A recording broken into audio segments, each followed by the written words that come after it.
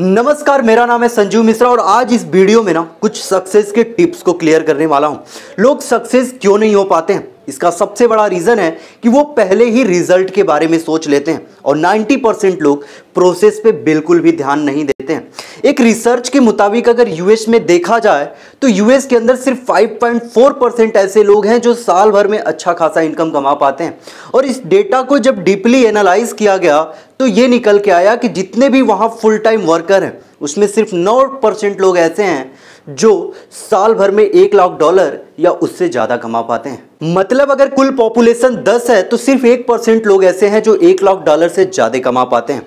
अगर बात इंडिया की जाए तो यहाँ भी सेम डाटा निकल कर आता है, यानी इंडिया में भी सिर्फ 1% लोग ऐसे हैं जो 70 लाख से लेके 1 करोड़ तक उनकी नेटवर्थ है। आप सोच रहे हो ना कि ऐसा क्यों? क्योंकि $1 लाख कमाना लोगों के लिए सपने से कम नहीं होता है और कुछ लोग तो ये भी डाउट पाल लेते हैं कि वो कभी इतना पैसा कमा ही नहीं पाएंगे और इसी डर की वजह से लोग इतना ज़्यादा कमाने की सोचते भी नहीं है। हाँ, अगर आप सुबह सुबह सो के उठें और आप सोचें कि आप $1 लाख कमा लेंगे तो ये सच में सपना है, ये कभी सच नहीं होगा। इसका दूसरा तरीका होता है कि जब आप इतना बड़ा अमाउंट कमाने की सोचते हैं तो सबसे पहले उस बड़े अमाउंट को एक छोटे अमाउंट में कन्वर्ट कर दीजिए, क्योंकि जब आप किसी बड़े विजन को छोटे छोटे गोल में ब्रेक करते हैं तो वो अचीव करना और भी ज़्यादा आसान हो जाता है।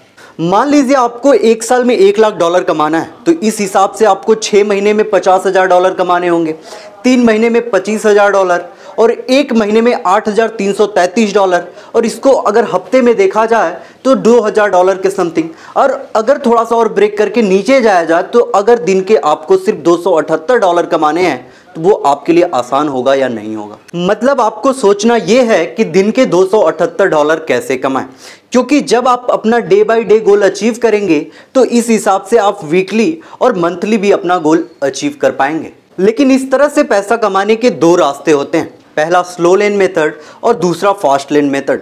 मैक्सिमम लोग पैसा कमाने के लिए स्लो लेन मेथड का यूज करते हैं। मतलब वो किसी कंपनी में 9 to 5 की जॉब करते हैं और उन्हें हर घंटे के हिसाब से पैसे मिलते हैं और साल खत्म होते होते ये मुश्किल से 30 से 40 हज़ार रुपये बचा पाते हैं।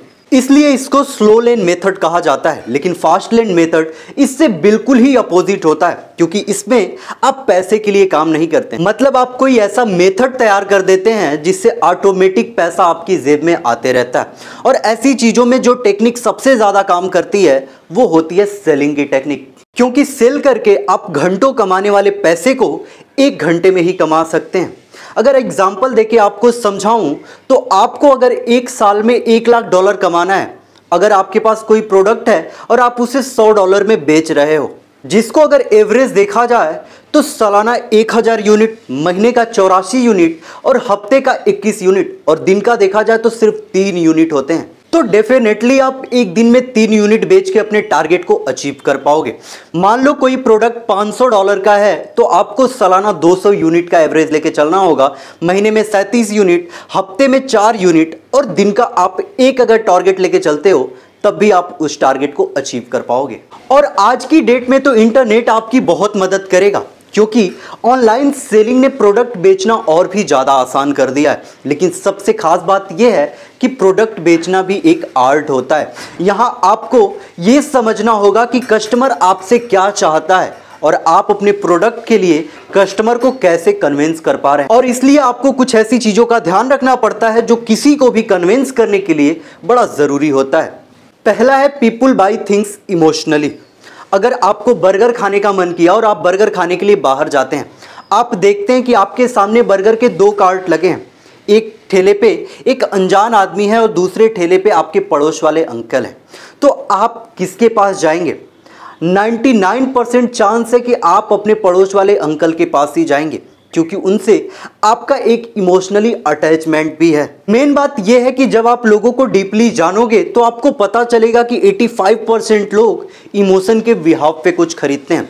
जब वो किसी भी चीज़ को खरीदते हैं तो उन्हें उसमें अपनेपन की फीलिंग आनी चाहिए। इसलिए जब आप किसी को कुछ बेचो तो ये कोशिश करो कि उससे आपका एक फ्रेंडली रिलेशन बच जाए, और जब आप ये करने में माहिर बन जाते हो तो अपना प्रोडक्ट आप किसी को भी बेच पाओगे।